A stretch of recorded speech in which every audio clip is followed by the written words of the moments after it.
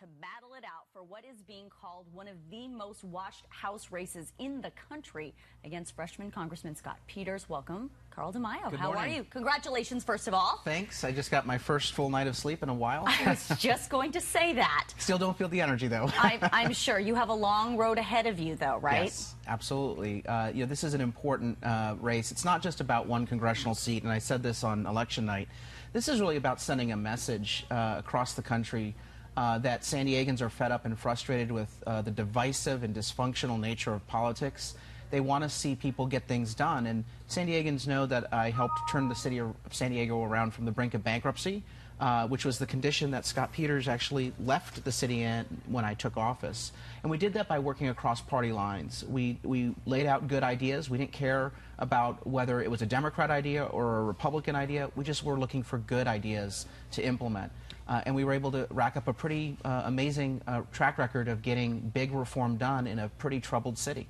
You know, your challenger here, Representative Scott Peters, says that he is the one, really, who is the bipartisan. He is the one that is bringing these parties together. He is saying that you are basically veiling a Tea Party agenda.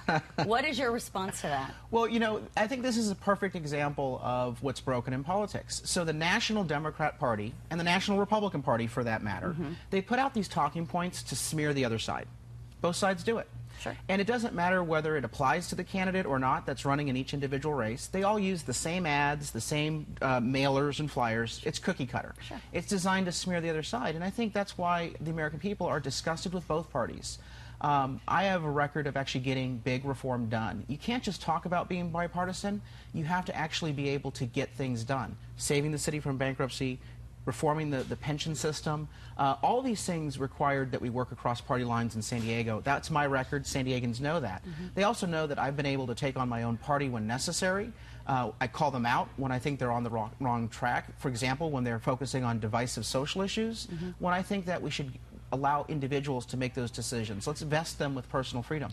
That's why today, and this is unusual, today at 1:30, I'm announcing over 100 neighborhood leaders who are Democrats and independents who have joined my campaign are going to be working with me to reach out to other Democrats and independents. And these are all middle-class Democrats and independents who come from all walks of life. And I'm proud to have this bipartisan support. This is very rare in a federal race to have this amount of this number of coalition members in a Democrat or independent coalition for a Republican. Right. Well, you talk about being this new generation of Republican, which is a little bit more to the center than it is any kind of extreme.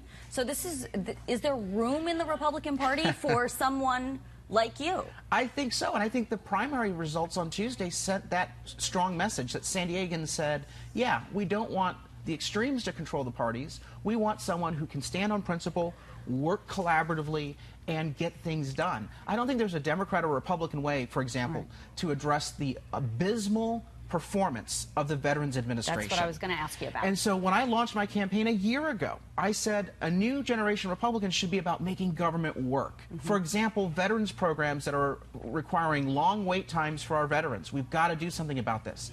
Fast forward a year. Now it's all out in the media, and yet these politicians, including Scott Peters, say, oh, we knew nothing about it.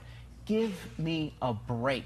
Of course they knew about it, and they need to get it fixed. Okay, we could talk on that issue for another 20 minutes, but I also want to touch on, in your particular district, this 52nd Congressional District, you know, you have a lot of that tech company, you have a lot of big business there that is leaving the state because of, you know, the financial situation and the climate of our economy.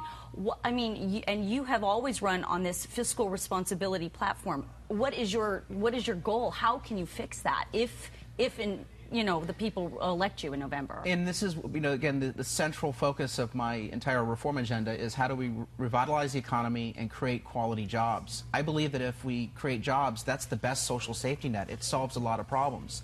And it really reflects kind of my own personal story. I was an orphan at 13.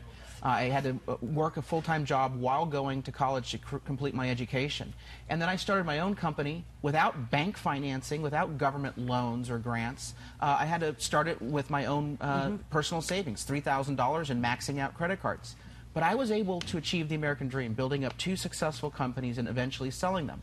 Here's the problem. If I were to try to do that again starting today, with Almost today's impossible. regulation and taxation and bad business environment, I don't think I'd be able to succeed, and we need to change that. That's the focus of my reform agenda, is getting quality jobs and revitalizing the economy for everyone, irrespective of party label. All right. Well, Carl, thank you so much for coming in today. Thank you very Good much. luck in the next couple of months. I know it's going to get to be a very long political season for you. Absolutely. We're ready. All right. Thank you again. All right, we talked a little bit earlier this morning about this story. 3 homes destroyed, 8 others had been evacuated after a U.S.